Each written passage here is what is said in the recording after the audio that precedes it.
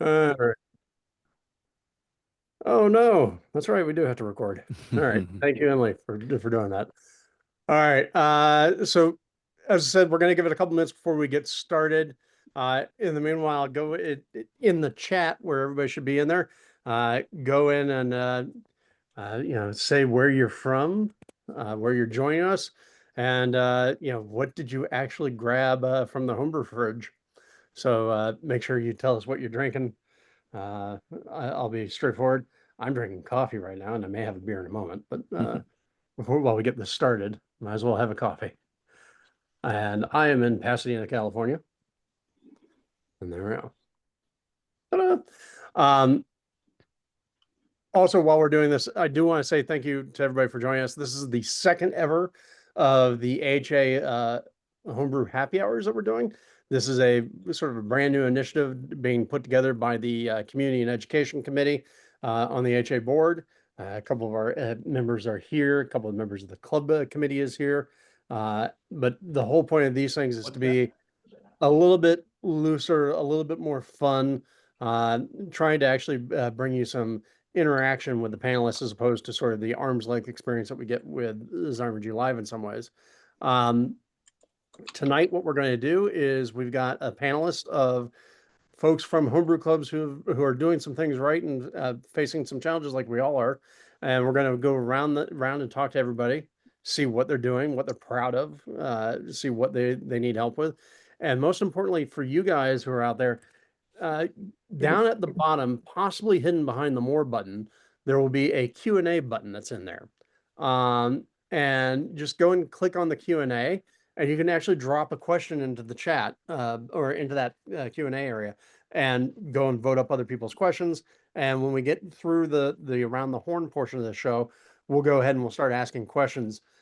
When we do, there'll be a couple of rules, but probably be ready to answer any follow-up questions that people may have, and we'll get that to happen. So yeah, again, either it's at the bottom of your screen, it says Q&A, and it looks like a little question mark with a dialog box, or it's hidden under More, which is that funny little hamburger sideways snowman button. Wait a Click minute. there, you'll see a question button. All right. Let's see what else we got to cover here before we get going. Yes. So, by the way, we do have to do the sales pitch because we are doing this sort of thing. This is a sort of a brand new benefit that we're putting together for both members and non-members alike right now. But in order to actually keep everything working and moving and living and breathing, I'd like to remind you all that being part of the HA makes stuff like this happen. So if you're not a member of the HA and you want to help us have some vibrancy and fun things, just go and either join or renew. Emily will leave a link in the chat so that you can go and do that right now. I would greatly appreciate it. The organization would greatly appreciate it. And we'll keep putting together the show.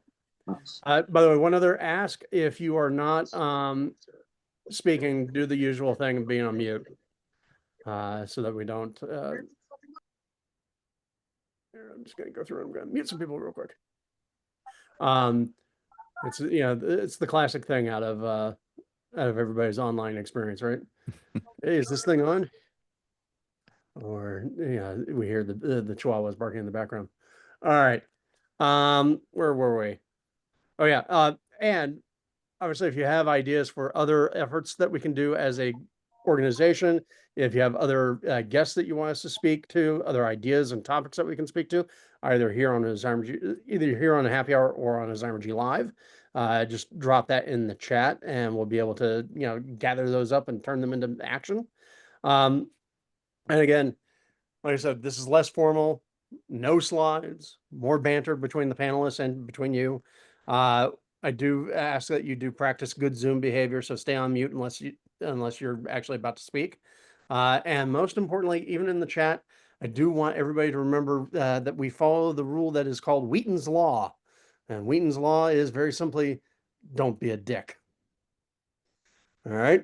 So please follow Wheaton's Law here while you're in this experience with us, because that's very important to make sure that we all have a good time and that we get your questions answered. Yeah, like I said, go and put your questions into the Q&A interface. You'll probably be able to see them that button once you click on the appropriate parts in the toolbox. And if we don't get to the questions here, we'll try and get them answered in the forum as well. There is an actual topic running in the HA forum at the moment dedicated to this particular event. So if you don't get your question asked here, it will end up over there. Or if you don't get a question asked here and you didn't ask it, then go put it in the chat, or go put it in the forum, and maybe we'll get to it there. How's that for a spiel? And I will also remind you all, you do not actually have to be an HA member to go use the HA forum. You just have to sign up for a free account. So there you go. All right. So without further ado, I think we're right on time. Let's go ahead and we'll get this thing started, and we'll go around and we'll talk to everybody who's here as a panelist. Again, get your questions in the Q&A. But I'll go ahead and I'll start with John Black. Introduce yourself. Hi, everybody. My name is John Black. I am the mission commander of the Bay Area Mashtronauts in the greater Houston area. Here tonight at one of our big supporters, Valencin's Brewing, having a nice Baltic porter of theirs. And so we're pretty much south side of Houston. We one of many clubs here in the Houston area, enjoy homebrewing. Our club, do you want me to go into all down the list, or? Yeah. Well, so yeah, here's the rule for the evening is as much as you can and a half a pint of beer or less. All right. We'll secretly replace your beer with seltzer water. Introduce yourself and your club, where you're located. You already did that. Yep. How many members do you guys have? We're probably around 100 members these days, with family members, spouses as well, that some are individual memberships, some are family, so about 100 or so strong. Okay. And then big crux is, what is one thing that you and your club do really well? Well, I think we do a really good job of collaborating and sharing ideas, recipe development, brewing techniques. We're very supportive of each other. For being such a big club, it's really tight knit. We do a lot of communicating on the side throughout the week, just different Facebook Messenger groups, text groups, and people have questions, concerns, things like that. And we're always there supporting each other and sharing ideas and recipes and techniques. What's been a thing that's actually surprised you in terms of like what you use to communicate? Like, did you discover a new avenue that you hadn't used before? Like you said, we've recently been dabbling with Discord to see if that improves things, and I think it's hard to get people kind of doing something different. But not everybody's on Facebook, and that's the problem. We do a lot with Facebook, and especially Facebook Messenger. So it is hard sometimes trying to make sure that we've got the right tools and communication methods to include everybody. Yeah, I'm actually really surprised recently with Discord. Like I've been dipping my toe in there because I'm not that sort of gamer, which is where I think a lot of people first got it. But I've been surprised recently with Discord how much homebrew chatter is out there for it. Right. All right. And then the last question, John, before we move on is what's one thing that you find as a challenge for your club? I think our biggest challenge is that being a bigger organization, and we're a 501c7, that we have the business side of things that we actually have to handle. We've got to have insurance, we got to file taxes, we got to do our financials and all this stuff. And getting people that are volunteering to serve, it's not just all these things with the homebrew side. We also have to do the administrative side, and it's not a lot of work, but it's things that people don't necessarily want to get in and volunteer their time for. It's like they want to deal with the beer, they don't want to deal with the things that have to be done behind the scenes. And so that can sometimes be a challenge, and we're always looking for ways that we can better make sure that we're running this, because running a comp that you're bringing in a lot of income and have expenses and related to it, that we want to make sure that we're doing things the right way, protecting everybody, insurance wise and all these other things, but trying to make it as simple as we can, so that we're not overtaxing ourselves on that administrative side. Yeah, you should discover, as we have been recently, like it gets worse when you're trying to do something with the AHA, because that's an even bigger ball of wax. Right. God bless the people that we have on the AHA board and the AHA staff who can do that sort of stuff and let me go talk to people. All right. Thank you, John. We'll get back to you in a little bit here. Next up is going to be Matt from Brewers Anonymous. So Matt, the same round questions for you. All right. Well, Well, I'm Matt Hunsworth from Brewers Anonymous. I'm currently the vice president. We're in Orlando, Florida. And as I rapidly got into our G Drive to see our members list, I see that we're 75 members strong. I did not know that. I'd say about three-quarters of that are probably regularly active, but that's still a pretty decent number. I was pleasantly surprised. I was unprepared for that question, so thankfully I remembered our G Drive is available. Is anybody from Apopka? Oh, that's a good question. Not all the addresses are filled out, but I think there's a pretty good chance that there is. Apopka, Florida is where I grew up. So Yeah. As far as what we do well, I think our biggest strength is extending ourselves past being a brew club and being, I think, a recognized entity in the beer community. We have great relationships with, in one way or another, with almost every brewery in the area. Somebody knows somebody really well, and we end up having something to do with them. If it's just visiting for a night or a wort share or some kind of big event, that's something that's really easy for us to do because of our relationships. We are a huge presence in local festivals and, well, Florida festivals at this point. We don't stick locally. We tend to get at the point we get regulars, like if we were a tap room without the overhead and the tax headache. So that's been kind of cool.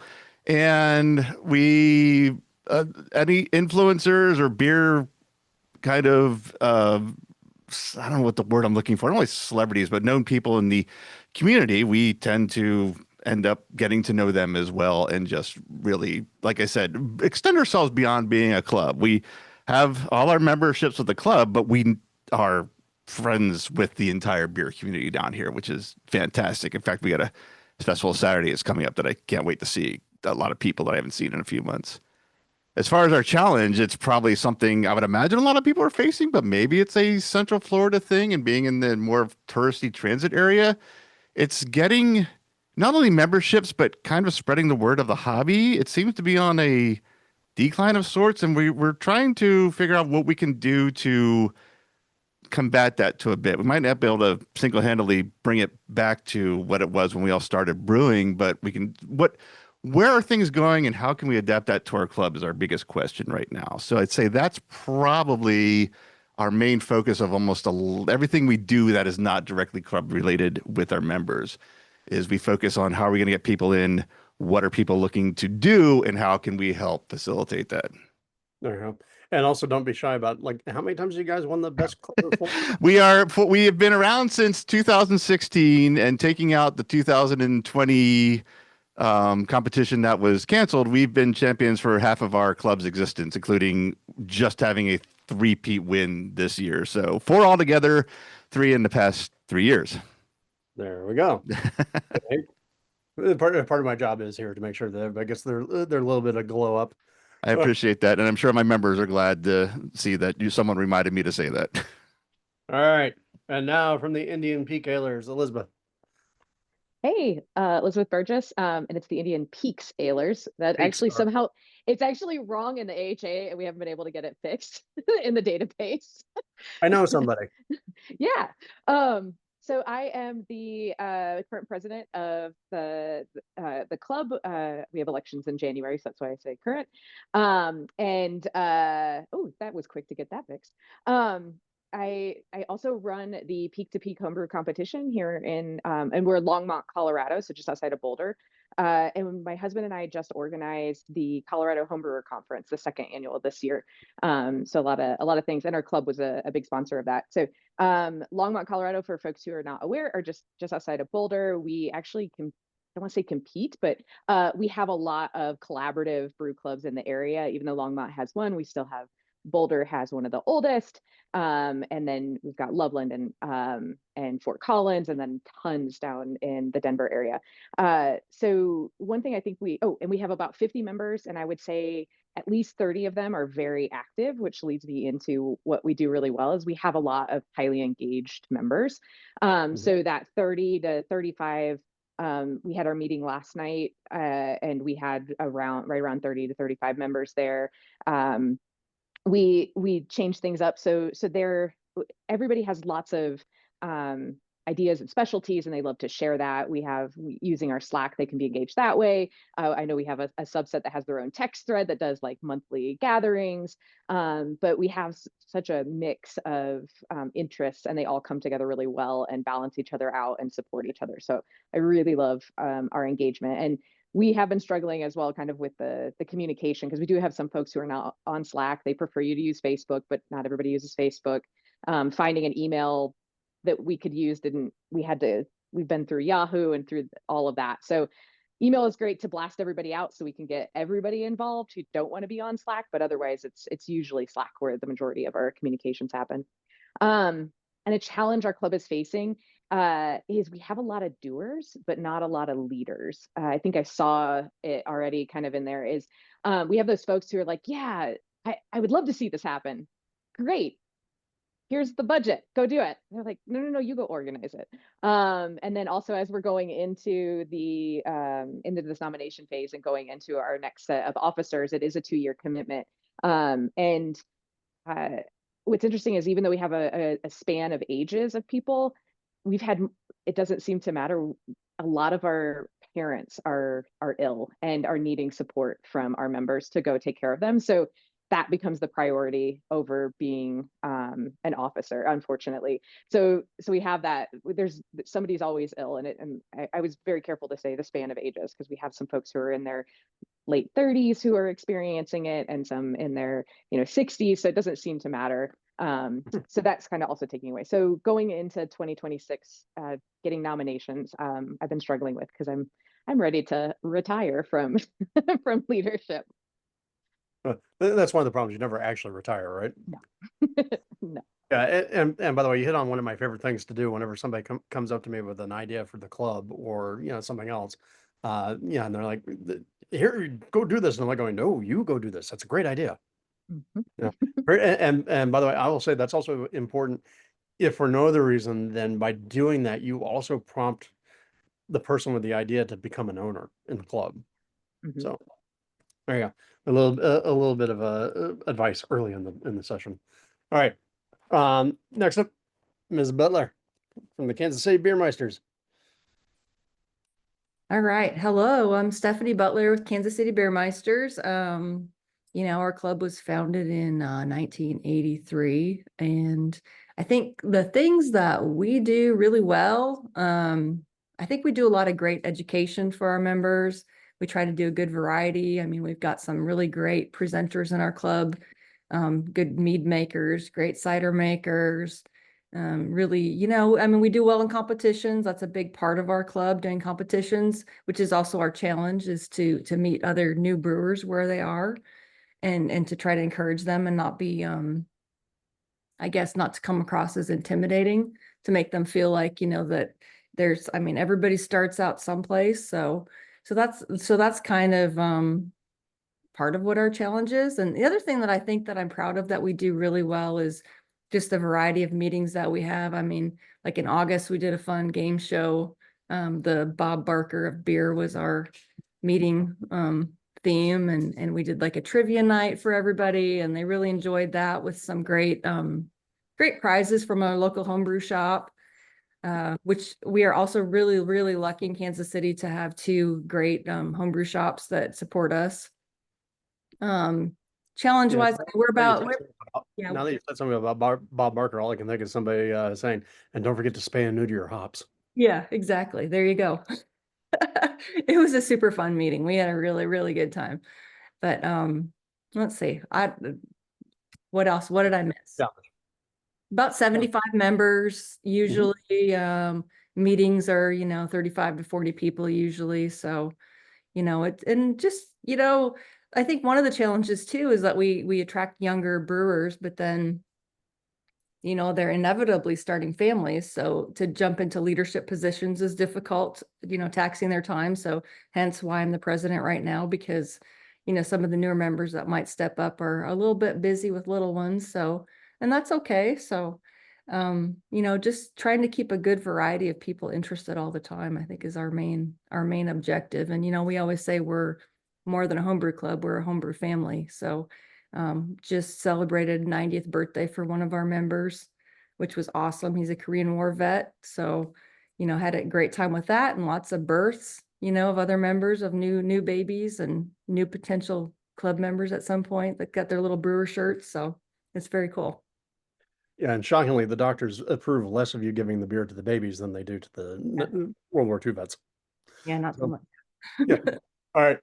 So thank you, Stephanie. And then last in the panel here around the horn, Ben and Doug, our team from QUAFF, say hi or actually pour a beer and then say hi. Yeah, he's got a.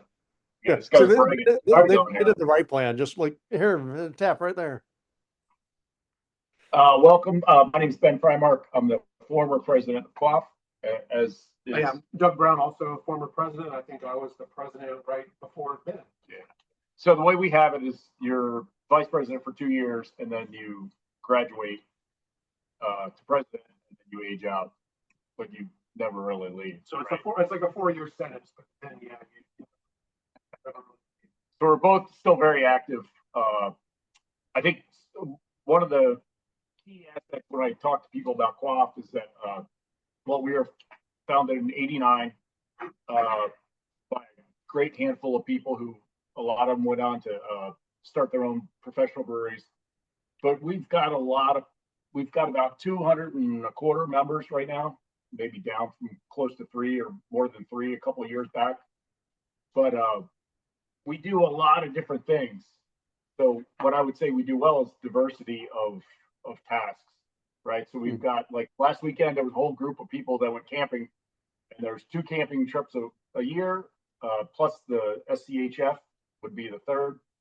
We've got people that judge, like Doug and myself. We got people that compete, like Doug and myself. We got people that just show up to enjoy events. We just had 30th anniversary of Alesmith was on Friday night, so they had a VIP event, and a good handful of us, the people who weren't camping, were at the Alesmith event with Skip and Peter. So I mean that's what I would say that we do well. Yeah, I also saw lots of email reports from people saying they were hungover from the camping trip, but that's because I spy on your email group. That's true as well. That's typical.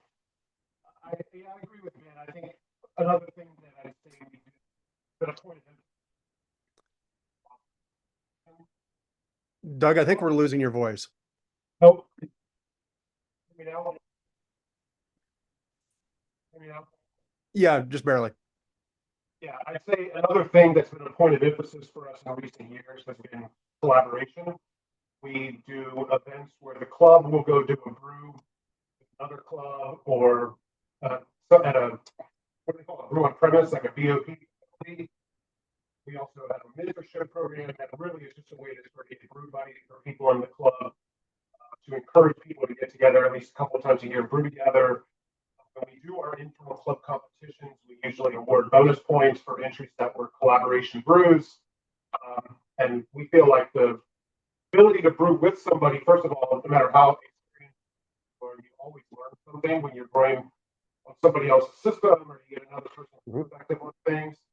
And also for new brewers, it's a way to really rapidly sort of level up their brewing, is to just go through, the whole process, soup to nuts, and see somebody do it, get hands on a mash paddle, participate in doing it themselves. And it's like you can skip years and years of your own tribulations from brewing with other people. Yeah, so the collaboration is something that's really been a big point of emphasis for us in recent years.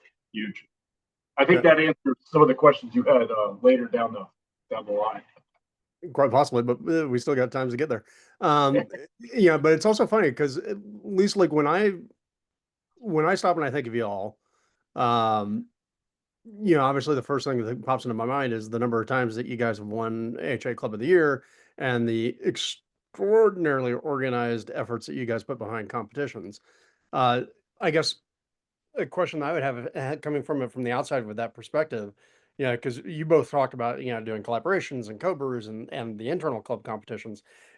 Is it almost like there's a separate club within the club that like these are the dedicated competition people and they're really focused on it? Yeah, more or less. It's, if we have 225 members currently, there's probably around 20 to 25 of us actively compete, and then there may be another 25 or so that kind of get off the couch once a year and throw a couple entries in for an AP, perhaps. But the majority of our club does not compete. And we try to be very sensitive to that because a lot of the people that don't compete don't want to feel, like I'm not in brewing to compete. A lot of these people are competitive. We don't want that to be the club or what people come away with. Although we are, I mean, we compete, we try to be successful at it. But we know that we have a lot of members that are here for other things. We're helping to fulfill what they're trying to get out. Drew's not here, but I'll answer the other question about the biggest challenges that we face right now. And I think Matt and John in particular hit on it. One is just been sort of flagging interest in homebrew in general, it seems like, in particular, having a hard time filling our ranks with more younger members. We've had some younger, we always attract some younger members, but it just seems like there's fewer people getting into the hobby. And maybe among younger folks, I'm, in my late 40s, like it's just not as cool for people that are in their 20s or 30s as it was when I was in my 20s or 30s. And the other challenge is communication. It's really hard these days. We do have members that span from 30 up to probably close to 90, and people from different generations just have different perspectives on social media, email. We have members in our club that would still prefer if we just had like a paper newsletter that's mailed out like the club did 25 years ago. And like you're dealing with just not everyone reads their emails. A lot of people are not on social media. There's no single communication channel that's going to hit everybody. So you really have to take a multi-pronged approach, and then it's just a lot more overhead, a lot more risk of messages that maybe don't 100% overlap, and multiple people handling it.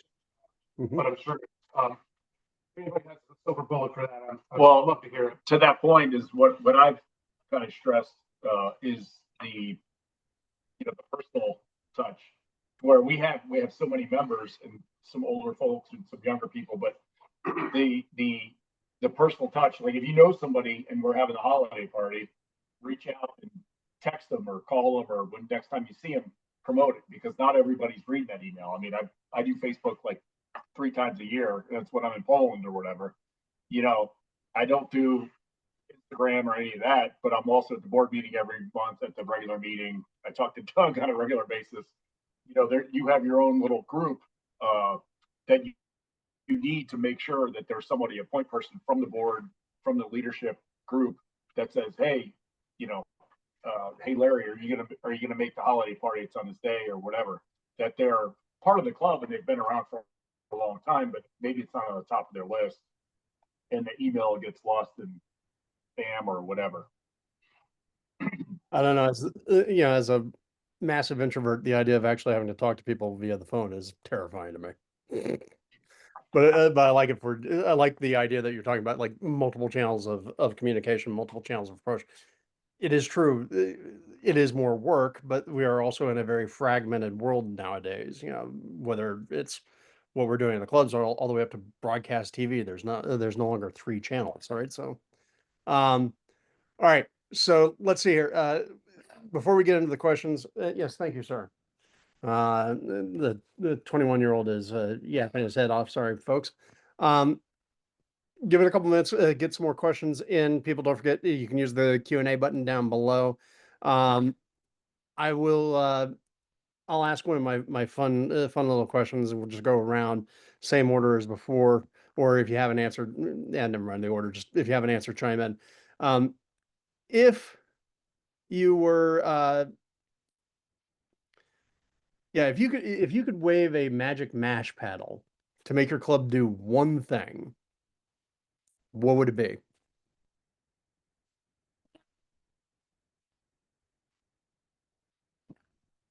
If you could, if you could get the club to do just one thing that they're not doing right now, what would you make them do?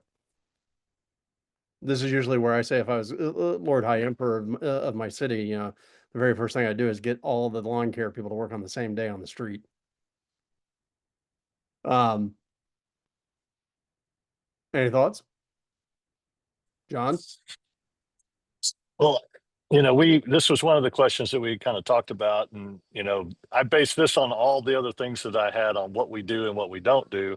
But one of the things that our club hasn't really done as much of. In, you know, we occasionally do things to help support the community. Something happens, here we have hurricanes, things like that. Something happens, we jump in and help out, but we don't have a regular routine as a club of having a volunteerism component that I'd love to see us build upon, instead of just waiting till something happens and, hey, let's jump in and help, but really become more a part of the community and having regular ways that we can give back to the area.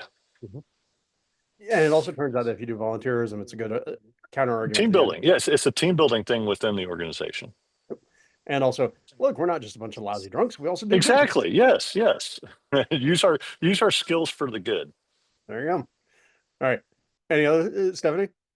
You came off mute for that. Yeah, I was gonna say the same thing. It's like our club. I mean, we've been able to mobilize for some pretty great charity events, and you know, I'm super proud of what we donate to the community for, especially Harvesters is a big organization that we support.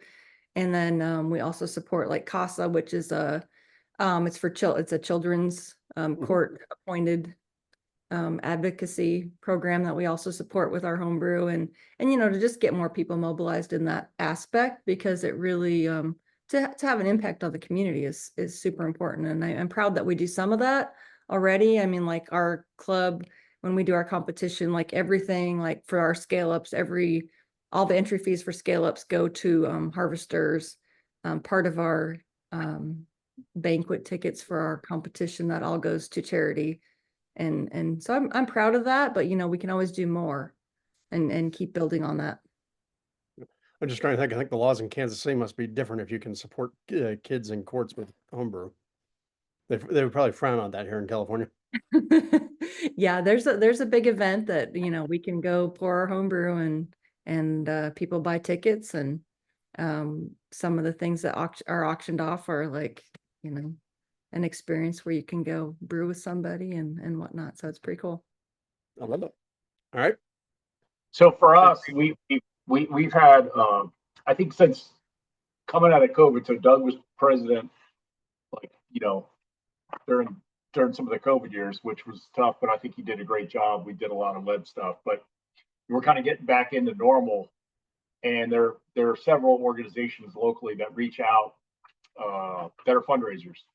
And for us, it's kind of like we've got a handful of people that are doing a lot of things. So we need a lead. It kind of goes back to that leadership point where there's, you know, we need people to step up and do these things. But if I'm doing COCs and AFC and judging and X, Y, and Z, we need somebody else to step forward to do those. And we've actually, this year, I think we got lucky that some of the not necessarily active members in leadership have stepped up, but they're fairly last minute. I mean, the whole September, October thing was pretty busy, but it came through pretty amazingly, I think. I mean, I was out of town a good bit, but that's a huge thing to have somebody to step up that, like Drew, you had mentioned earlier. It's a great idea, so go ahead and run with it, bring the solution kind of thing. But then the question goes out for kegs or whatever, you know, staff. And I think we're kind of getting moving on that again to where we're gaining momentum on that. If you hold the line and support people, they will do it. Somebody comes up with an idea and you say, that's a great idea, let's do it. If you hold the line and don't bail them out, but you support them, help them with whatever resources, presenting things to the board or whatever like that, give them the support they need. We've had great success with members who are not involved with the board or not even particularly involved with the club. If they come up with an idea and we say, okay, yeah, do it. They generally do, as long as you make it very clear that you're not going to do it for them. Yeah, it does one of two things, that whole thing. Either get somebody else involved in actually making an idea happen, or it gets them to stop complaining. This is the way I usually look at it. All right. Any last thoughts on the Magic Mash battle and getting your club to do one other thing that they're not doing? I'll just add that I'd love for us to be able to start pursuing those opportunities as well to help the community. It's the festivals we're involved in are all fundraisers, so we do have kind of an extension into that, and we do donate a portion of our yearly competition to the Harbor House here in Orlando. But to do something specifically solely for a cause would be something I'd love to see. And if we're talking about magic mash paddles and I could wave it, that's probably where I'd start. Where I'd start with that. All right, there we go. All right, if we've got no other thoughts on that, we'll break into some questions. We may break into some other topics as we're going along.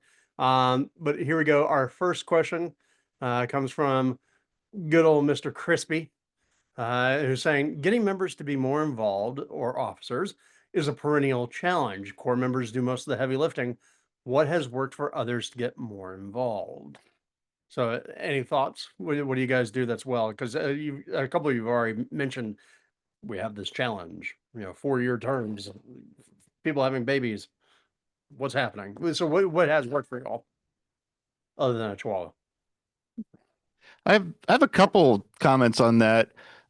First one is something when I joined the board was something we were very cognizant of making sure we do, and that was like start off leading by example, and then the following year present opportunities for people. And it was a combination of showing that we're not going to ask anyone to do anything we won't do, and then let them know that the opportunity is there constantly. It's almost to ad nauseum that we're reminding people there's things that can be done, but it's worked.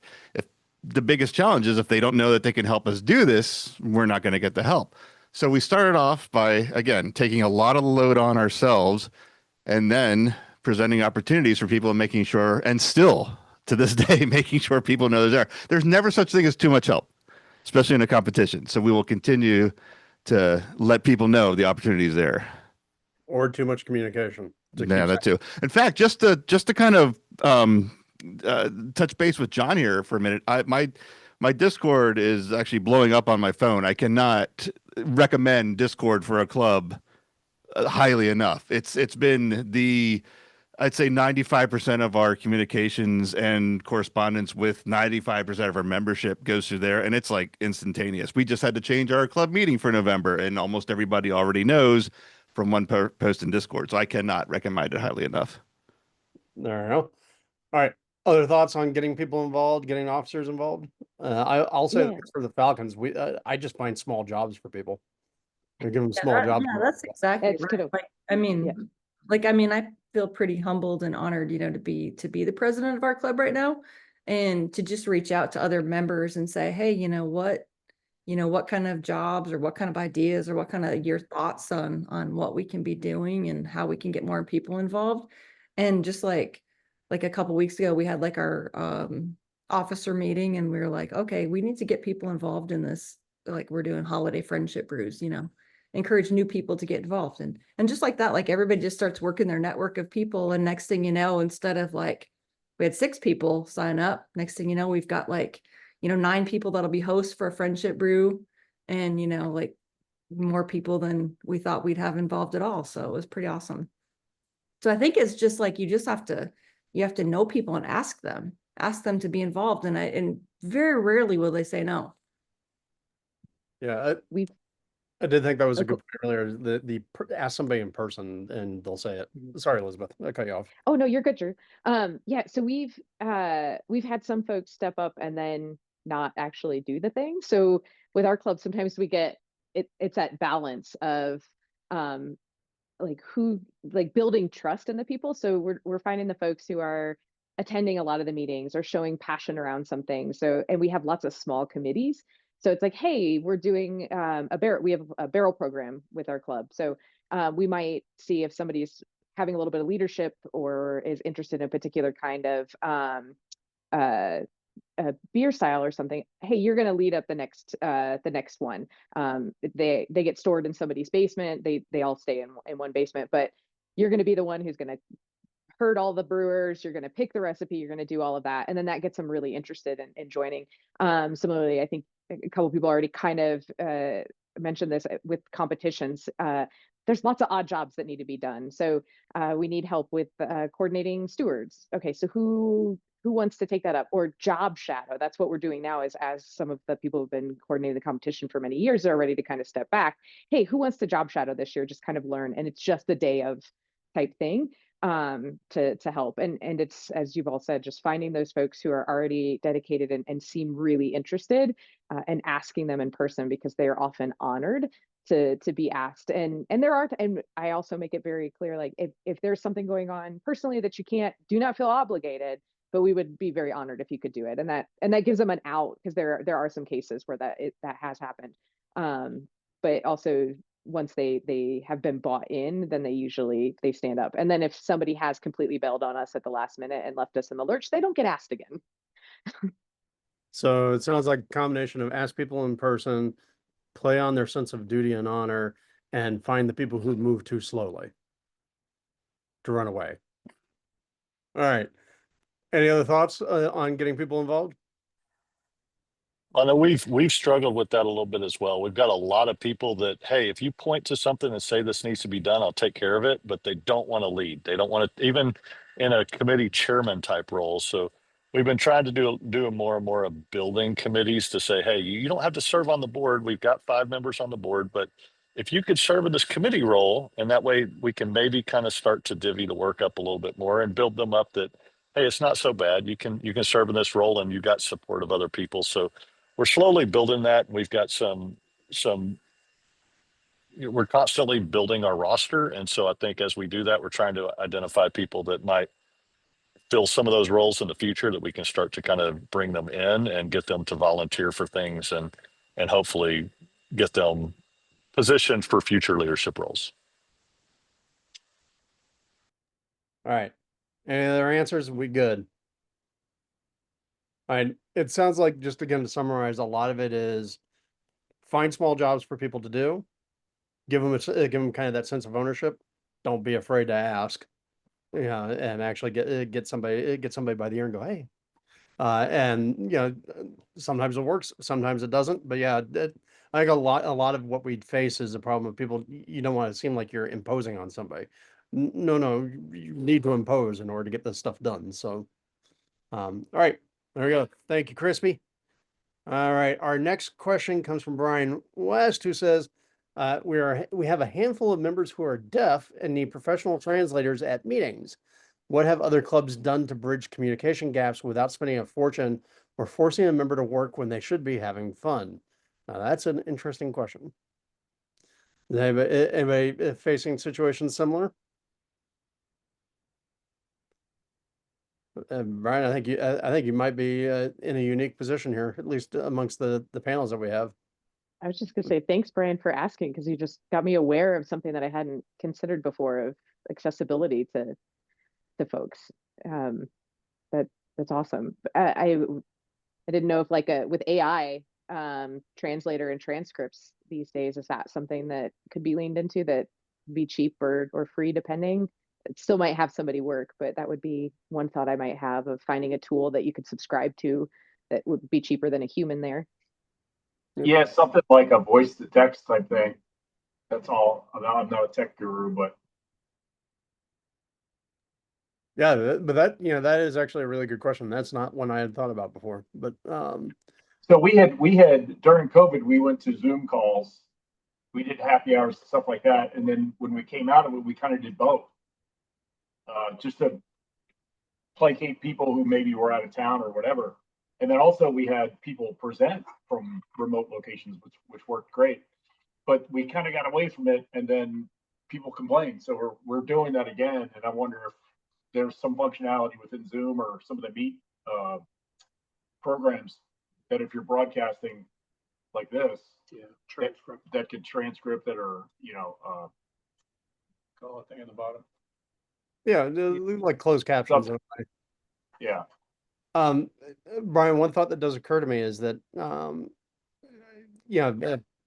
given how resourceful communities of need, particularly, like I know members who are in the deaf community, they may even, they definitely will know tools that we don't tend to think about. But yeah, that'd be an interesting question to research. We did have a couple where the wife was deaf, but the husband was fully versed in ASL, so he translated, and I never really realized how lucky we were to accommodate that without any effort. Now I'm like, actually, that's put the big spotlight on how lucky we were for that particular couple. That's a good point. All right. Any last thoughts? But I do like the idea of, particularly now that we're in a time when we get more real-time transcription tools, there's got to be something that can work there too, I think. That's definitely worth exploration. Thank you, Brian. All right. Next question comes from Barlin's asking, Stephanie, so many medals in the background. Any stories there other than stealing them from your time and doing the HA regionals? Yeah, there's a few. It's a lot of work for sure. A lot of time put in competing and whatnot. So I don't know. Just keep working at it. How many medals? I have no idea. Too many. I don't know. I All don't right. know. We got a really cool one lately from John from the Bay Area. That's a super cool one. We just hung up. So I don't know Yeah, if we you were excited to redo those medals. Yeah, We that really was loved how they awesome. came out. Yeah, we just redid ours this year too. So excited for people to see those. So our competition opens December the 1st. And we're super excited about that. So, and the theme this year, which you can see behind me, I've got Ted Lasso. We've done a Ted Lasso theme, and then we've got Rip over here behind me. So this year's theme is live from Kansas City at Saturday Night Pints, which is going to be a riff on Saturday Night Live. So it's going to be pretty fun, and we're really looking forward to it. So, but I will say one thing that definitely, not so much in club leadership, but in terms of club functionality, like the fact that we've gotten to a point now where it's easy for people to get these really snazzy medals, Mhm. for clubs to create really snazzy medals. Like the Falcons just redid ours a couple of years ago to look like the bird, from the Maltese Falcon. It's really interesting to see what people are doing and like how much people are now have like almost like competition to see who can make the coolest medal. Oh yeah, it's cool. Yeah, and despite the new theme, we are bringing back the Balcos because They're a classic. they've been pretty popular the last couple of years. So we're gonna still do that. But by the way, I will also say in the sense of, hey, there are some members who still want us to do a printed newsletter, about 15 years after they became irrelevant. We still have members who want us to, do the old fashioned ribbons, like the old state fair ribbons. They're like, yay big. And, I don't want medals. I want ribbons. Hey, I will say Cal State has those horse ribbons that are pretty amazing. Yeah, they do get pretty amazing when they get to be like the Texas mums. All right. Next question here is from Andy Fark, who's saying, does the AHA or anyone in the club realm have a sense on the typical size for a homebrew club? Big clubs with 50 plus members are most visible, which makes sense and is not necessarily a bad thing. I'm in a small club, about 15 members, about 8 at a typical meeting, and it has been a great experience overall. But sometimes I wonder how priorities for small clubs might be different or should be different from big clubs. What advice do folks have for what small clubs should most focus on and how it might differ from priorities for big clubs? And Andy, that's a good question because I think every single one of us would fall under that. We're in a big club group, right? The Falcons are 150-ish. Yeah, and I think the smallest number I heard was like 75 in the panel here. Oh, okay. Sorry, Elizabeth's smaller, 50, right? You said, like, yeah, I would say, I would think, at least for me, the problem that a small club is going to have is burnout and people walking away from the club is going to be way more deadly for a small club than it is for, one of the larger clubs. So I would think for like if you're asking me, I would say like my big priority in a small club would be ensuring continuity. You don't necessarily have to grow, but ensuring continuity so that you don't have like your club president suddenly like, ah, screw this, I'm done, and walks away, and you're left with like going, wait, what's happening? So that would be my big fear looking at it from where I sit. But what about y'all? Yeah. I sort of have experience-ish with this. In Colorado, there's a small town, Frederick, which is not far from Longmont. And for folks not familiar with this area, each town has its own personality, and they have a club. It's a group of friends of around 10 or so, and they struggle with this because they they want to be their own distinct club and don't want to join one of the other local clubs because it'd be a 20 to 30-minute drive, not that far when you're living in a big city, but in this area, we're kind of like, I don't want to drive 20 minutes. So they still want to be their own thing, but it's exactly that. It's burnout, or depending on life stage, you have children being born, and there's not that redundancy for folks to take things on or off. And so just making sure there's a lot of time, or a lot of you kind of have to plan ahead and think very simply. And you, like, at that stage, I wouldn't imagine, and our club has kind of ebbed and flowed.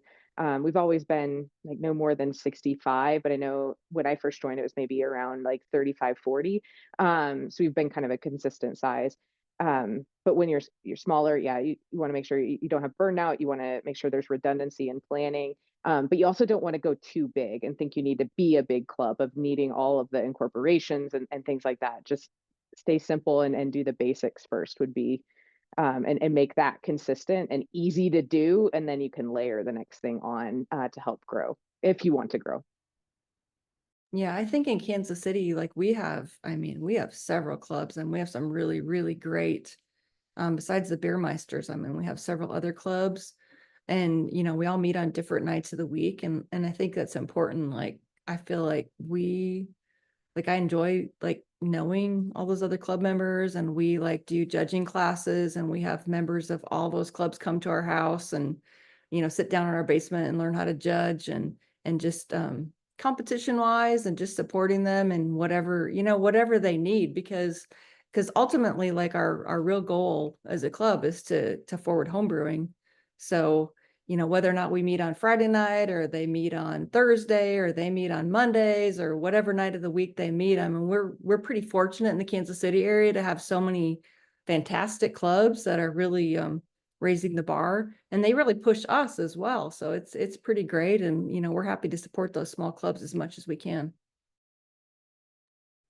All right. Well, I'll say one thing that small clubs do need to be careful of, especially when you're trying to recruit new members and you have that availability, that you don't get too cliquish, because you get smaller groups and people know each other. It's a tight knit group, and you can have newer members that may be starting to come in and be interested, and if they feel like an outsider to such a small group, that they might get turned off and not really commit to being a part of the group. So that's one thing I would suggest, is maybe make sure that you're being very very focused on when you get potential new members to include them and bring them in and be very welcoming of that, so that they don't feel like, hey, I can't really join. This is a tight knit group that I can't penetrate that inner circle on.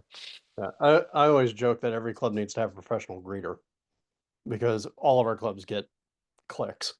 And yeah, bigger club will have multiple cliques, but if you have a professional greeter, at least you can kind of pull somebody in. Yeah, Brian is saying in the chat, be deliberate and welcoming people. Yeah, I would agree. Just right. wanted to ask, there's obviously a lot of clubs in the San Diego area, most of them smaller than ours, and we have multiple events per year that are involving multiple clubs. We have an Oktoberfest, cross club picnic, brings all the clubs together, and we have a huge amount of overlap. A lot of the folks who are in these smaller clubs are also in the bigger clubs, and there's nothing wrong with that. And folks get different things out of being in different groups. And from John's point, sometimes people like the sort of clique. This is my core group with the smaller club, but then they go to the bigger club because they have more opportunities to get collaborate, compete, all the other kind of things that the bigger club provide. Obviously, it's going to depend on your geography. Some locales are large enough to support the volume of clubs as a bigger city is, but it's totally fine, I think, to encourage people to be involved in multiple clubs if that's what they want to do. And I'll actually add into that with the clicky thing. Well, I can imagine there's I would say two aspects. For us being a larger club, we have plenty of people that either move away, retire, get burned out, stop homebrewing, doing whatever. And we've kind of been lucky to replace, I think, again, since COVID, we're getting our sea legs back and getting moving. And the core has been amazing. The people that have stepped up and are getting things done, and we're trying to recruit new people. But yeah, so I mean, overall, you want to bring people in, you don't want to burn them out. But I think one of the bigger pluses is that, people like Doug, myself, and Joaquin are still involved. Joaquin was president 8 years ago, and he's still involved, and he's still involved in AFC and NHC and all these other things, to where, we're kind of still willing to help the newer leaders. But we also we've really done a really good job of welcoming newer members in the last few years. We have a specific night. We had 2 this year for only new members. So the board members and the new members just gather and have a couple beers and some apps. And it's a smaller environment to get to know each other better. To whereas like kind of the meeting is more of a presentation, kind of controlled chaos, where you're not really socializing as much as you might. But with regard to the events, things like that, I think those are all super beneficial. I can't imagine having a 50-member club and then 10 losing or churning 10 or 20% of your membership every year. That would be difficult. I can imagine that. I think what Ben's saying about the new member night is really primarily applicable to larger clubs. If smaller clubs face problems like Drew said in terms of core members, there's a question of sustainability. On the flip side, with a larger club, if new members show up, it can be very, very. I know when I first showed up to a QUAFF meeting, walking into the room, there's a lot of great brewers, everybody knows each other, and you're like, what? Having things like the new member night is a way to help. We want to make sure that everyone who comes to the new member night walks away feeling like they have at least 3 or 4 friends in the club. Yep. That they've had conversations, they made a connection with people. So when they walk into their next QUAFF meeting, there's 3 or 4 people in the room that they can go strike up a conversation with that they already know. And I think with larger clubs, you can really look out. So again, just to kind of summarize what I think we heard here is that it sounds like the big concern we would all have would be about that burnout and making sure that you keep people involved and that you don't run into that issue where something key resources walk away from your club and suddenly you don't know what to do anymore. So I think, Andy, hopefully that helps. At least that's what I would say. So, all right, there we go. Next question is from Steve down there in North Georgia.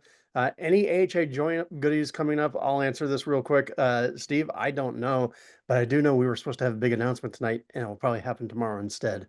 So keep your ears open tomorrow for hopefully, I'm hoping, good news that I'm not allowed to tell you right now.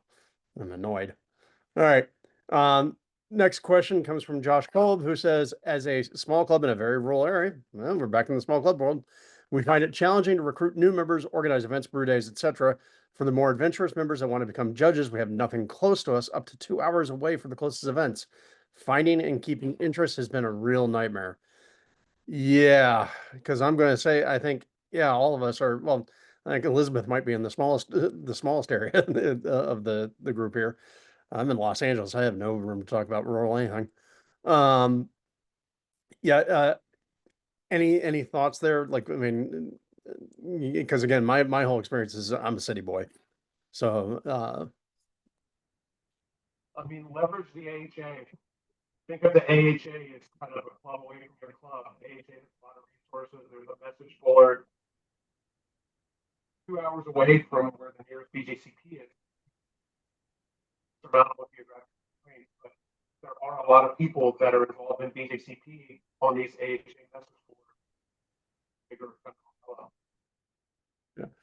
And I think one of your challenges would be like, yeah, if you do want to do stuff like BJCP, then you'll have to get basically everybody involved in your club to get the resources together to do that. Yeah. And if I could say something, I mean, my husband and I, we lead like a BJCP study group.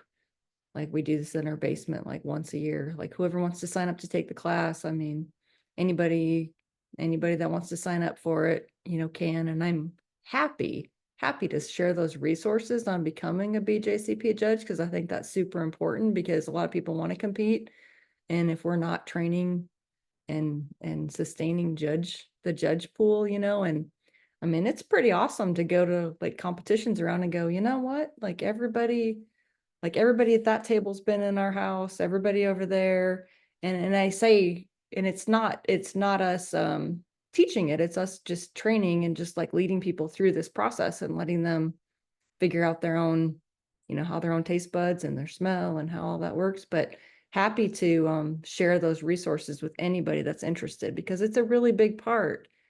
You know, our club, like every meeting we have like a do you really want to know segment where people bring in their homebrew, and they have, you know, very highly trained judges that will sit down and evaluate the beer with them and help them walk through what they're smelling, what they're tasting, and what they could do better in their process. So I think that's a super important part of being a club. You know, because, you know, we're not just doing this to make crappy beer. We want to make the best beer possible. You know, we don't, you know, so I think, I mean, I think that's super important, whether you compete or not. I mean, you still want to make really, really a high quality product.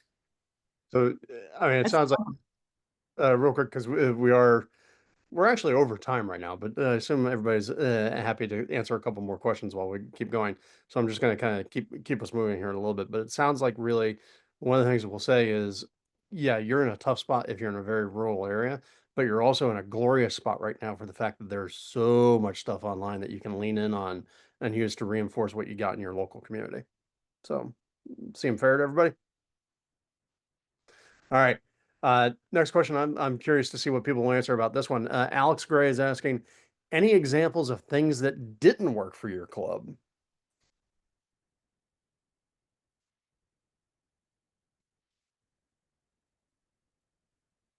All right, I'll just throw one out there. I tried to get people on Slack, and they looked at me like I was a weirdo. So Slack did not work for us.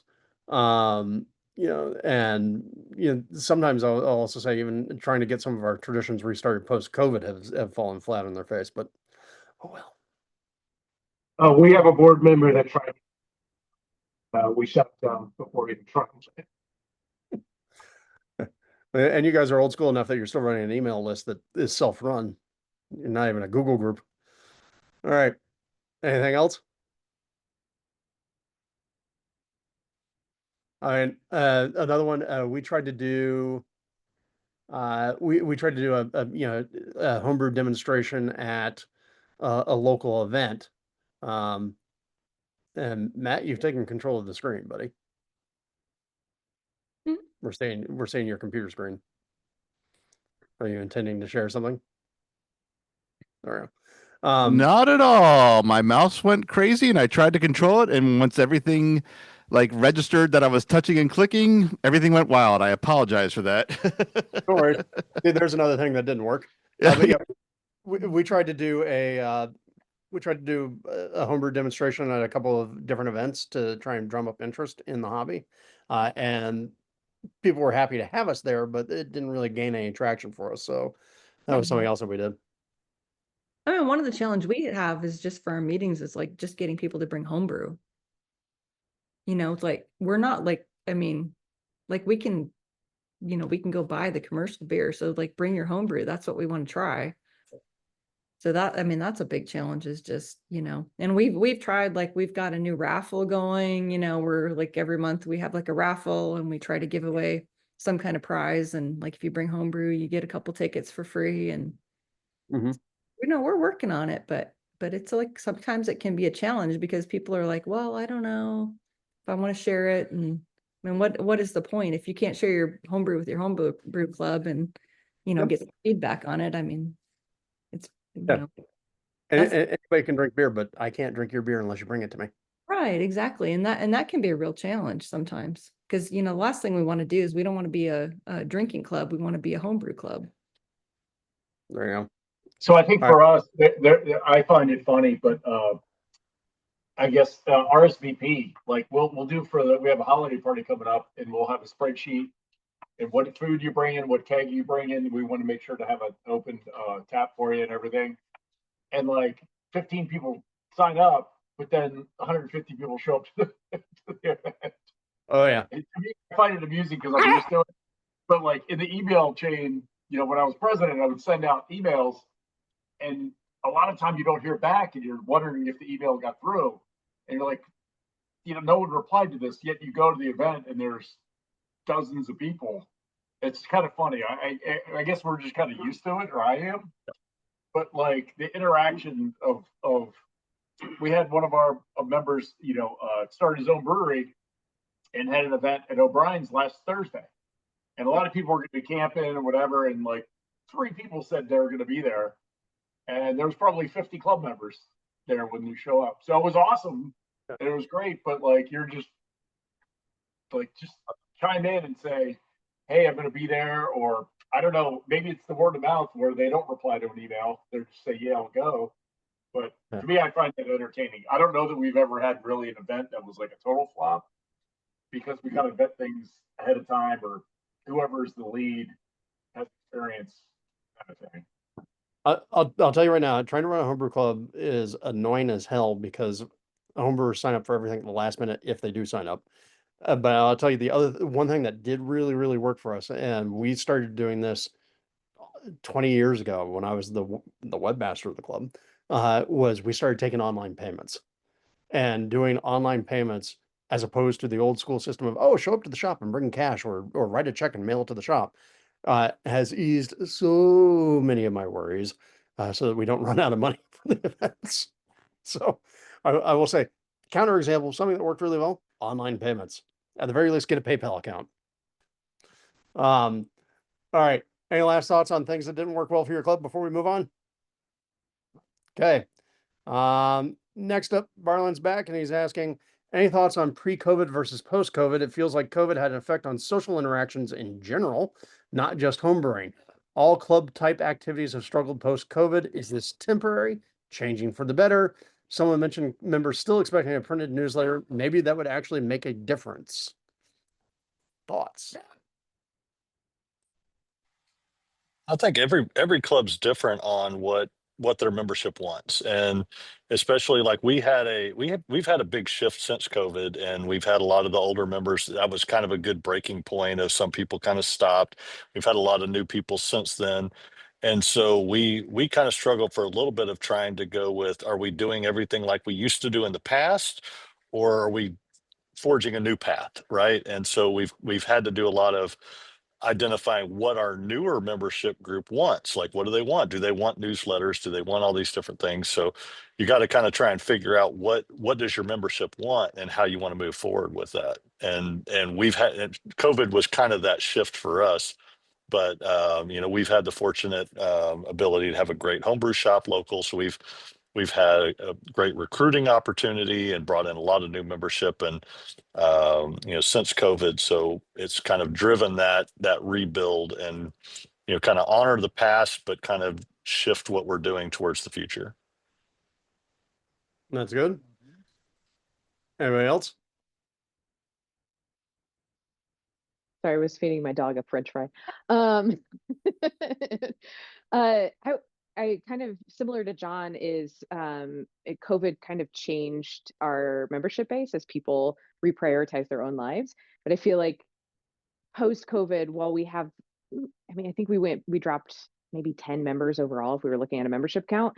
The engagement of those members actually went up, which is really interesting. So we have more people actively engaged and interacting.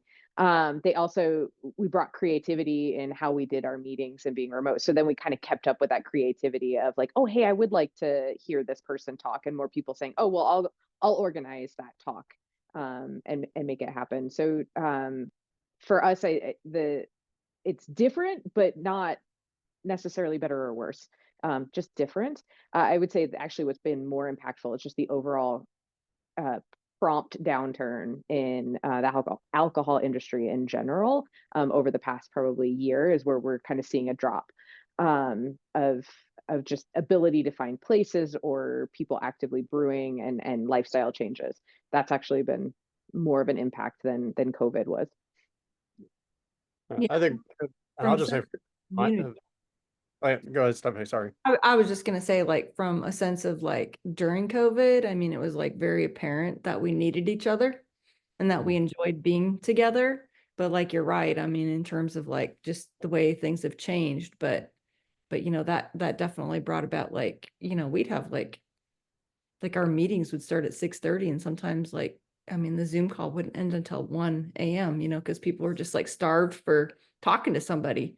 And it was pretty great, you know, it was like a pretty great time where people kind of bonded. But then like you said, some things, you know, some things definitely changed industry wise, and people, you know, a little bit less less home brewing in general. But you know, it just it brings about the whole thing that this is like a community, and that, you know, it's is it always about the beer? Not really. It's really about a sense of belonging and being part of something.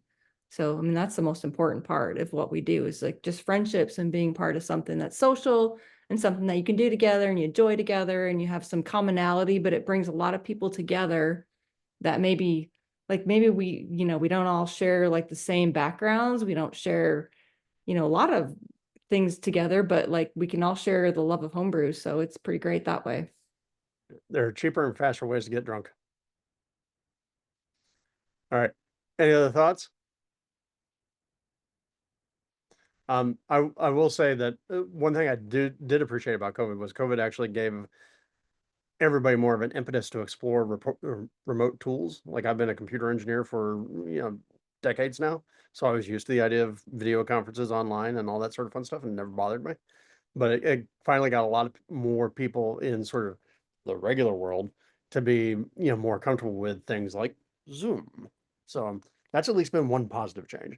And particularly for small clubs now, you could go online and get somebody like John Palmer or get me or get somebody else to come and talk to your club just by doing a Zoom thing. Ben and Doug had mentioned that for QUAFF too. So, all right. Any other thoughts?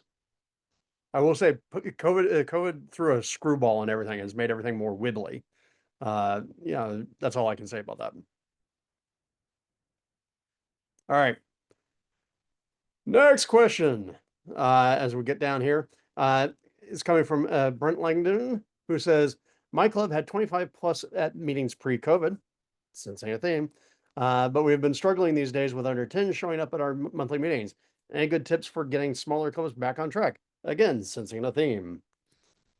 And I'll just jump in and I will say right now, I think from the other things that we've said, reach out and touch somebody. Make it the AT&T, make it the AT&T approach. If you're really wanting to get people back in, remind them that you exist and the fun they had with you. Yeah, I agree, Drew. And I would say that the one thing that since COVID, we've gotten back into to events a little bit more, but like it's not everybody can make every event. So we have several events on different days and times and topics to where maybe you could show up for a collaboration brew day on Saturday, but you can't,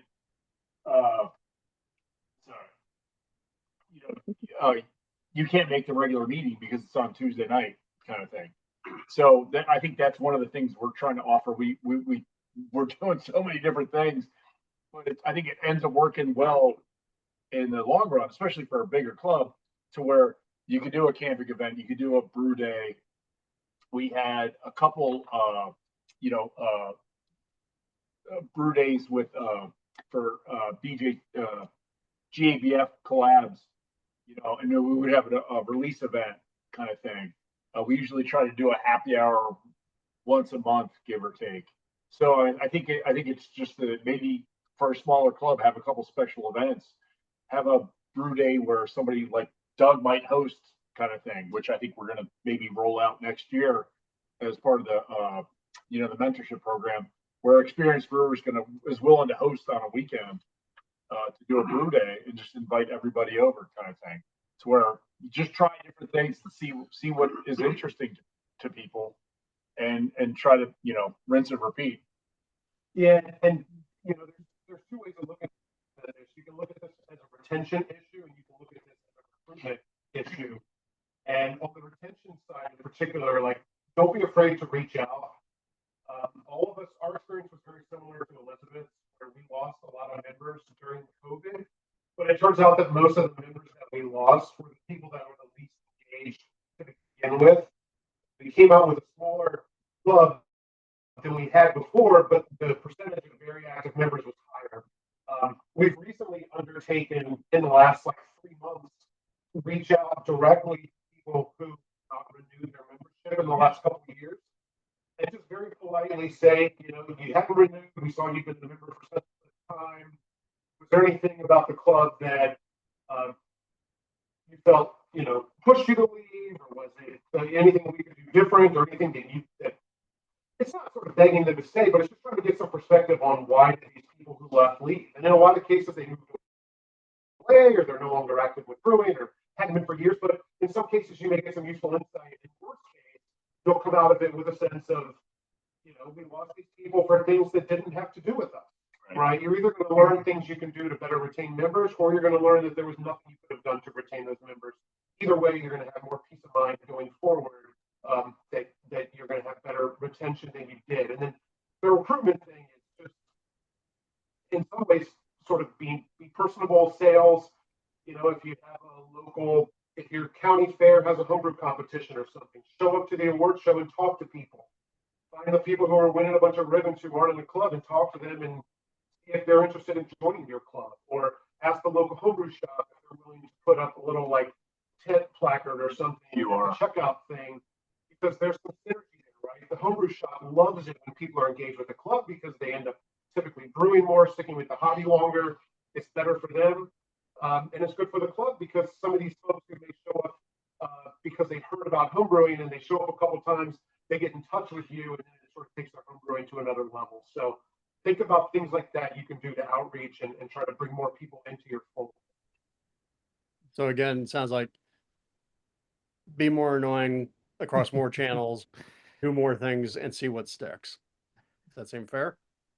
Well, one thing that wasn't brought up that we've been doing, well, first, I'm not sharing my screen or launching a missile, am I? Because last time I tried to unmute is when things went haywire. Okay, cool. You're good. All right.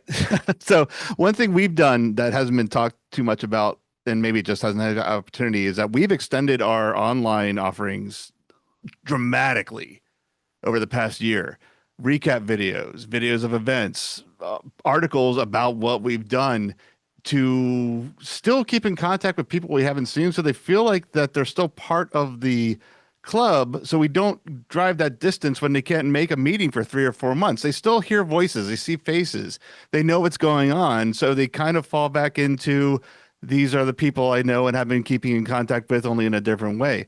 That's helped, I think, a lot more than almost any other communication, apart from maybe Discord, which I, again, can't emphasize enough, has helped our club. I think that's really helped a lot, keeping people engaged in what we do that we don't see face-to-face for months at a time.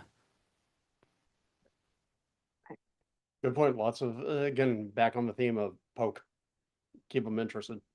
I was gonna, yeah, something that I didn't think about when we talked about the smaller clubs earlier, is just getting what has helped our club specifically is, and because we're in an area that the laws in Colorado are very different from a lot of what you folks are saying, is we can't go out and have sell our homebrew or have our own events like that. So we have to be a bit more creative, and with it being so many clubs in the area, each club has their own very distinct personality and what is like their core value, one or two. And so you kind of have to find what works for the majority of the people there and then just go all in on it. Is it education? Is it community? You know, what, or kind of a combination of both, and just really focus on that. And I think if you have that personality, you'll find the people that are drawn to it, and then kind of lean into the community, find the opportunities in your community that you can be out there that align to that value. So that would be kind of my recommendation, and that's where we find the trade-off is as we start to lose a couple of people, we continue leading into it, and then we get a few new people in. But and you know, that's actually, I think, another thing that's a good point is that you do have to be flexible to what your club attitude is and what your club members want, right? You can't just stick to something like, well, we compete because that's what we've always done. You know, like it may be that your club has become like, hey, no, we'd rather just brew and drink beer and go. Gotta run with that. So, all right. Any last thoughts? I was going to say one of the things that we do to help keep people engaged is we have something. It's kind of a unique tradition. We call it nuts and bolts, and we pair brewers up. So it's 2 or 3 brewers get paired up on a team every year, and we kind of have a little challenge every year. It's a theme is picked, type of beer, style of beer, maybe something really exotic, and people get paired up to brew together at least 1 to 2 times during the year, and we try and do it to help the newer brewers, that you could put an experienced brewer with the newer brewer so that they can kind of learn that the nuts and bolts of the brewing process, and everybody else, all the regular members, experienced members, just kind of get randomly paired up. So it gives a reason for people to be engaged throughout the year, and not just kind of fall off the wayside that, hey, we got nuts and bolts coming up, you got to get paired up with somebody. And then they've got a partner that helps to kind of keep them engaged and bringing or coming back to the club and being a part of that, with brewing at least a couple times during the year and being a part of the club and what's happening. So that's been really successful for us over the years. So the buddy system for brewers. Yes, pretty much. Where's your do you have your brewing buddy's hand? All right. I'm on a team this year, but they're not here with me right now. But yeah, we just did our turn in 2 nights ago for our second beer of the year. So Yeah. I All tend right. to finish second place in that, so never get first. Always bridesmaid, never a bride. All right. 3 more questions remaining. Let's power through these real quick. Patrick Carey from upstate New York Homebrewers is asking, what are some of the perks or special events that you do to benefit your members / draw in new members? What y'all got? And if anybody has something, don't forget you can put it in the chat too. It's not just us talking. Ours is hands down festivals. That's when we get to let people know that you can make the best beer at the event at your house. So it's the exposure. We used to do 2 when I joined. We're up to like 14 a year now, and it shows that that exposure is key for us. I mean, maybe different depending on how many you have available, but for us, it's been festivals hands down. All right. Which is a good thing you can do in Florida. I can do it in California too, but not available to everybody, but others. Yeah, we offer some discounts. I mean, we get some discounts at our local homebrew shop for our members. And then also there's like a couple liquor stores that do member discounts. And then also our club is a member of the Master Homebrewer program. And so we have some discounts available there. And that's something that's definitely available to our members. Yeah. Others? Brewing demonstrations for us, just live out there, live doing it. We can't do festivals, so but we can brew somewhere as long as I'm not pitching yeast. So brew at our Longmont Oktoberfest, Big Brew Day, things like that. That's one where we can get out in the community and do that. We do brew-ins at least twice a year, where the club provides 10 pounds of grain for people to actually use for brewing. So it's an encouragement that, hey, get out, brew. You're getting some free grain to discount your brew day, and get out and brew with the club. Come out to one site, brew together, and get that social interaction as well. Yeah. For us, the Falcons do a grain buy most years. It's like the club buys 10 pounds of subsidized grain. And the other one is, I also like to say, a special perk that everybody gets is they get access to my sparkling personality. All right. Ben, Doug, I think QUAFF's the last ones we haven't heard from on this one. What Stephanie said, discounts around town, but I'd say the biggest, and we do prize, whatever sort of bulk item that you can't necessarily justify buying a whole pallet or something on your own. If you collectively do it makes a lot of economic sense. But the biggest thing that I tell people is our holiday party.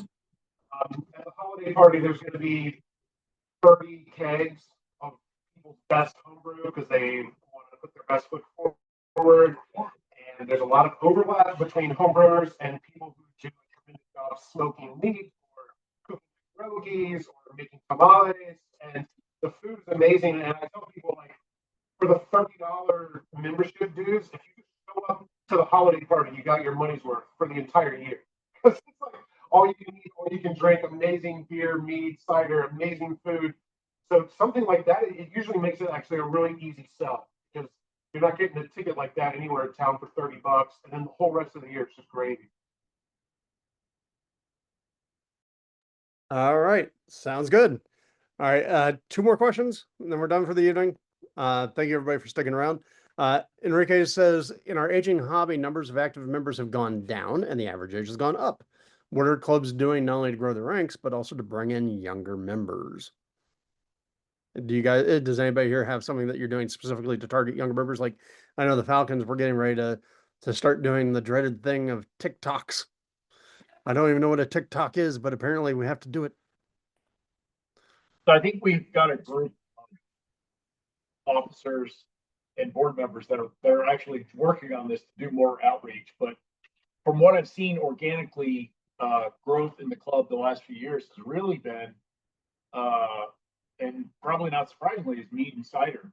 We've got a lot of awesome younger members that have come in that are just like, 100% in the mead, like already very skilled, and cider. But we just did an exam about a year ago, added new mead judges. But I mean, I think that's like the wave, whether we reached out to them and we pulled them in, or we got lucky. I think I see that as being one of the bigger factors, because we just had, I tried Doug's Pyman.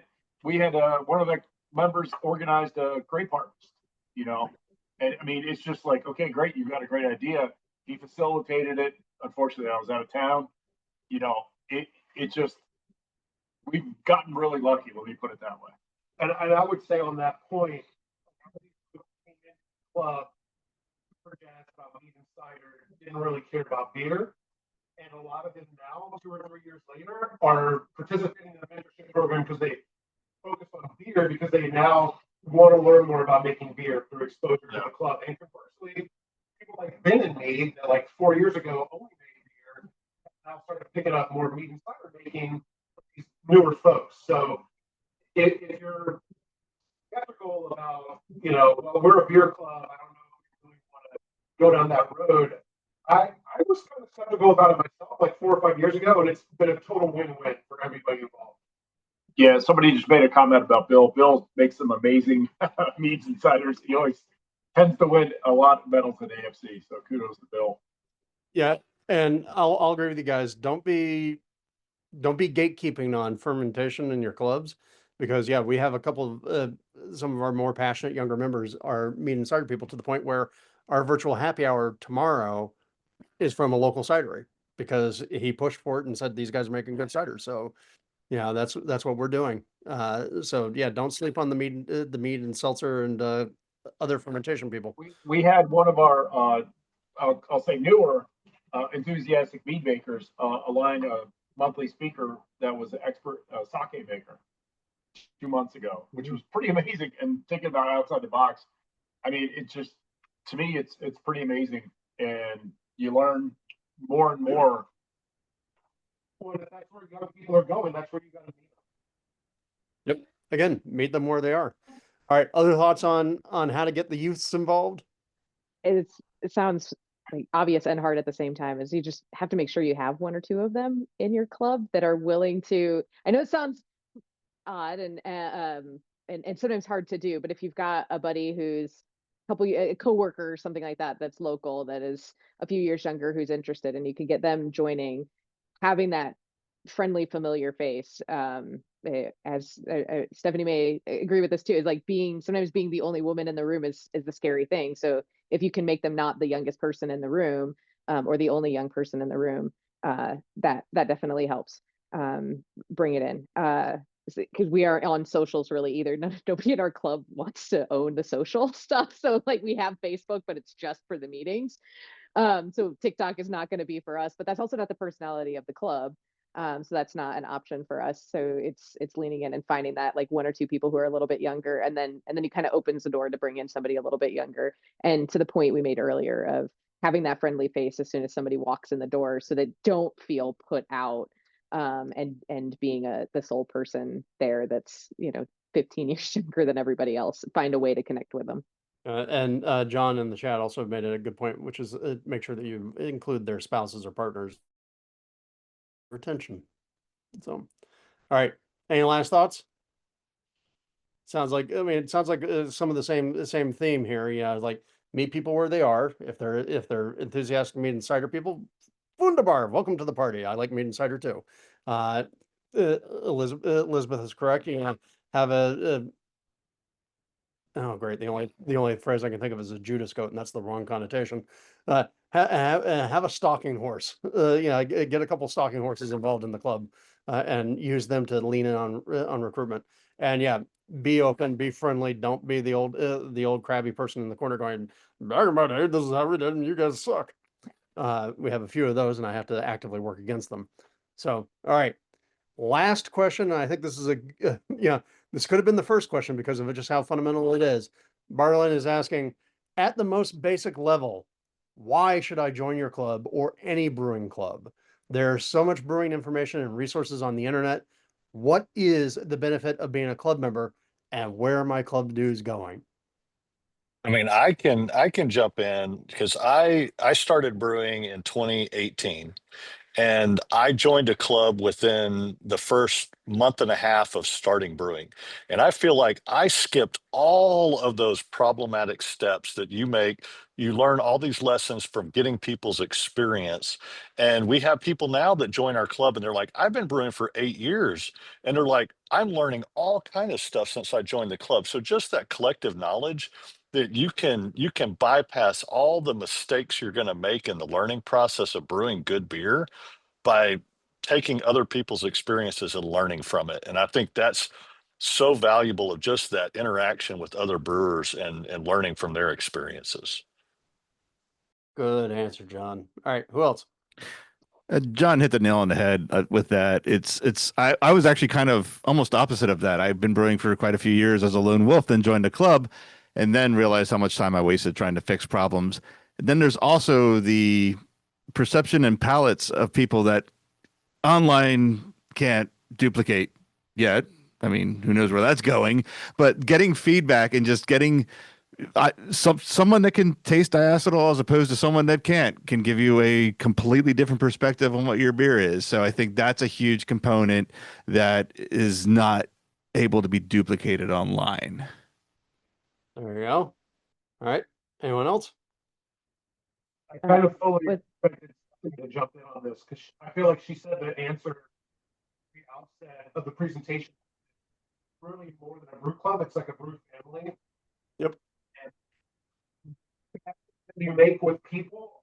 I mean, I would say that over half of QUAFF hasn't been at least 5 years. We have a lot of brew, maybe, etc. We participate in the group because it feels really close knit for them. You know, we had a club member pass away last spring, and at his funeral, there were probably 30 or 40 QUAFF members. And you're not getting that from an online forum. It's easier to say as a member of a club that's been around for 35+ years, but any club that starts now can be around for the next 35+ years. And the connections that you make with people, you're just not like what it is online. You're not doing a bottle share online or mad, like you're not be able to do sensory stuff online. There's a lot of things into this hobby that are inherently better in person, but even more than that, just the personal connections that you make through a club where you're interacting with these people face to face, not through a screen, it's not replaceable. I would concur with Doug. And I mean, the experience that so many different people have, young or old. It looked like there was in the chat, there was a question about people's education level or whatever. Like everybody in QUAFF's an engineer. It's kind of funny, you know. I'm not. I'm not. He's not. We're like that too. But like, you know, it's funny how like, you know, if you're an engineer and you need a hobby, you're going to do homebrew. But there's just such a depth of knowledge, but the camaraderie when you go to an event, what you can learn. I mean, I love the stories of the past or how some of these breweries developed or who knows who or where'd you see, you know, at these events.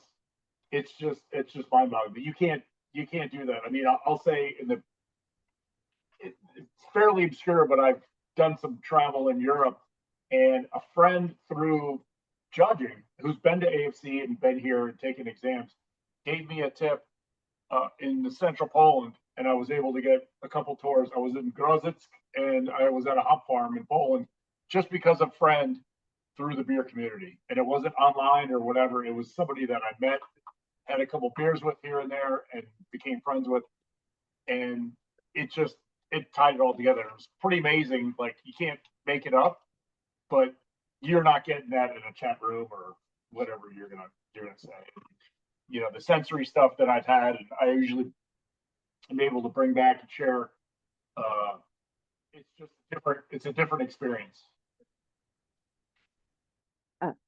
Yes. I saw somebody or heard somebody else say this is, yeah, that camaraderie, and I saw this in chat too. Like, some of my best friends are from my homebrew club. That we first moved to the area, and my husband and I were looking to get involved, just trying to make friends, and we're like, well, we're homebrewers, we want to find a club, just to find friends, and they're our dearest friends now. We my dog has a sibling that is owned by one of my homebrewer friends, so they can get together as puppies. They just celebrated their first birthday. But like, we help each other out. We're there when parents pass or things like that, and it's so important. But I also kind of saw in chat somebody was mentioning, well, you know, where do your club dues go? And I would say that the two biggest expenses for my club are actually food at the meetings, because you got to stay legal when you drive home. You want everybody to have a little bit of something in their belly. And then transportation to and from the Christmas party. Again, back to being legal when you have these epic blowouts of parties with all the different alcohol that's there. But the other thing that's unique about, I don't know if it's unique about our club, but one thing that our club does do is we purchase barrels and have barrel programs. And sometimes we'll do the big group buys of like a sack of grain to help with fill the 55-gallon or 53-gallon barrels. So that's something unique we can offer as well to club members. And then you can get together and brew, and then you have this really interesting barrel project. So I think we have like 3 or 4 barrels right now, and we can rotate in and out of that program. All right, perfect. Anybody else? And I'll just say, for me, from my point of view, the reason I joined a club is, one, I got told lots and lots of times by people, you gotta stop talking about that man. You know, like, I got limited at work. You can only talk about this once per day. And while I can do a lot of the talking online, what I don't get with, you know, the online experience and being in Discord and being in forums is I don't get the chance to really, you know, have that moment when I go, hey, here's a triple that I made that was inspired by, you know, the Disneyland Dole Whip, and get their eyes to go, what'd you do? And I don't get that. And I think one of the big problems that we have is I have a ton of virtual communities. I think we all have a ton of virtual communities nowadays, where, you know, with all the stuff that we do online, even this is a virtual community here.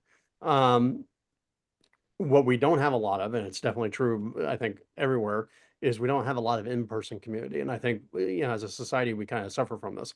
You know, I don't go to church, but I do go to a homebrew club meeting. So that's what I get out of the homebrew club meeting. I don't stand around in the hardware store around the bucket of 10-penny nails. I go to a homebrew club meeting. You know, I don't drink bad coffee at the hardware store. I drink bad beer at the homebrew club meeting. So that's what I get. Now, that's the last question. So we stayed here way longer than we were originally scheduled for. I'm really glad that people asked questions. I'm really glad that our panelists stayed around and answered your questions. Again, we can continue this talk over on the HA forum. You know, the link will be in the chat. You can find it just by going to the HA forum. The next, you can go back and you look at the Zymergy Lives that we had. We just had one last week with the board talking about what's happening with the organization at the moment. Our next Zymergy Live won't be until February, I think, because we take a hiatus during the holidays, but we will be continuing the happy hours during that period of time. And our next one's going to be on December 11th, again at the same hour, 6 p.m. Mountain Time. And our topic will be what's on your wish list this year for a brewer's holiday. So keep an eye out. We're going to put the links up, I think, on YouTube for these recordings. And that's it. And so until next time, folks, to borrow a phrase from one of our elders, relax. Don't worry. Have a homebrew. Peace, y'all.